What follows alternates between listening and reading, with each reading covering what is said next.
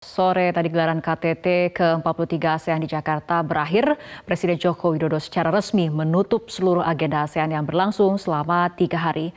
Di hari terakhir KTT ke-43 ASEAN di JCC Senayan Jakarta, Presiden Joko Widodo menyerukan para pemimpin dunia untuk mengurangi ketegangan demi mencegah timbulnya konflik atau perang baru.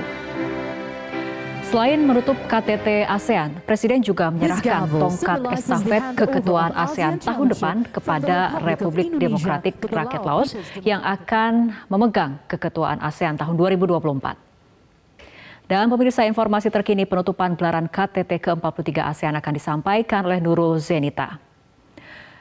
Nurul, paling tidak ada 3 isu krusial soal keamanan yang dibahas dalam KTT ASEAN kali ini, seperti ketegangan di Laut Cina Selatan, konflik Myanmar, dan kecurigaan soal rencana Korea Utara menyuplai senjata ke Rusia. Apa hasil dari pembicaraan untuk ketiga isu tersebut? Ya, Fitri dan juga pemirsa, memang isu keamanan ini menjadi salah satu isu besar yang menjadi fokus dalam pembahasan KTT ASEAN ke-43 ini, terutama isu Myanmar. Isu Myanmar ini yang tampaknya paling diperhatikan gitu. Dan terkait Myanmar ini, para pemimpin pada KTT ASEAN ke-43 ini mereview implementasi dari 5 point of consensus yang sesuai dengan mandat dari KTT ke-40 dan ke-41 lalu.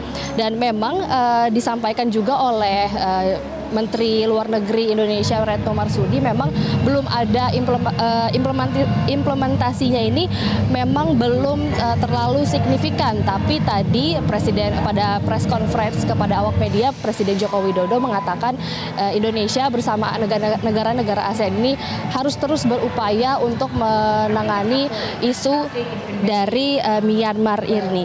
Dan juga tadi Presiden Jokowi bersama Menteri Luar Negeri Retno Marsudi dan juga Erlangga Hartarto juga mengatakan memang dalam keketuaan Indonesia di ASEAN ini, Indonesia telah melakukan sebanyak 145 engagement dengan 70 stakeholders. Dan nampaknya sudah ada trust, sudah ada kepercayaan dari para stakeholders ini.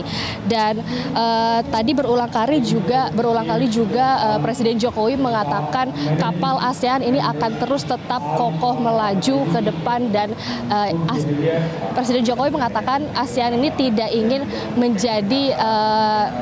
menjadi lahan untuk berrivalitas, tapi ASEAN ini membutuhkan investasi, membutuhkan kerjasama dengan negara-negara mitra.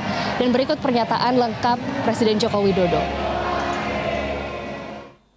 Di forum memang saya sampaikan bahwa setiap pemimpin yang hadir punya tanggung jawab yang sama-sama besar untuk tidak menciptakan konflik baru, untuk tidak menciptakan ketegangan baru.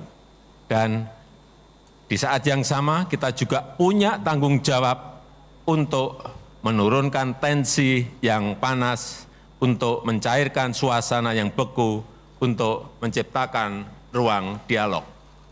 Saya pastikan dunia ini akan hancur jika konflik dan ketegangan di suatu tempat dibawa dan dijadikan tarik-menarik di tempat lain. Jika kita tidak mampu mengelola perbedaan, kita akan hancur. Ya, Fitri.